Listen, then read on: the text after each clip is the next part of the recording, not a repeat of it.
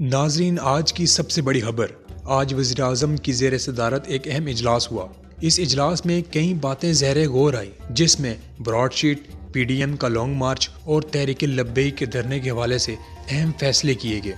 3 घंटे लगातार जारी रहने वाले इस इजलास में फवाद चौधरी, शहजाद अकबर, असद उमर और दीगर सीनियर पार्टी तर्जुमान मौजूद थे।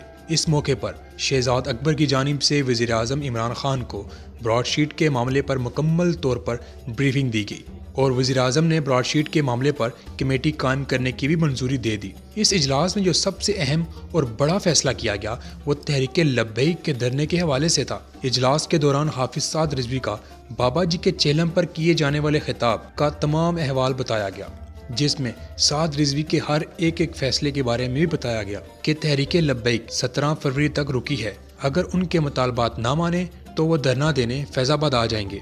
और साथ ही इमरान खान साहब को बताया गया कि इस वक्त हमारे लिए सबसे बड़ा खतरा PDM की 11 जमातें नहीं बल्कि तहरीक लब्बैक का धरना है, क्योंकि इस वक्त तहरीक लब्बैक की क़यादत हाफिज साद रिजवी कर रहे हैं और ये उनका पहला इम्तहान है, इसलिए वो लाजमी धरना देने फैजाबाद आएंगे।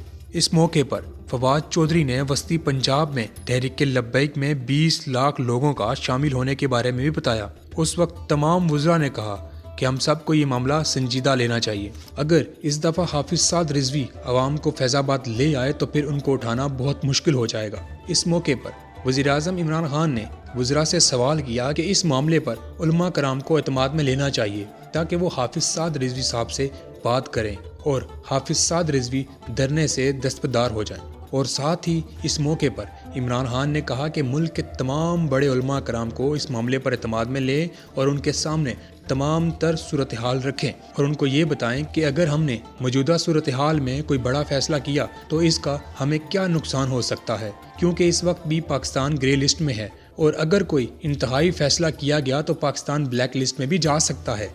और आखिर में फैसला किया गया कि अगले हफ्ते फिर मीटिंग होगी और उस मीटिंग में तमाम उलमा कराम को एतमाद में लिया जाएगा।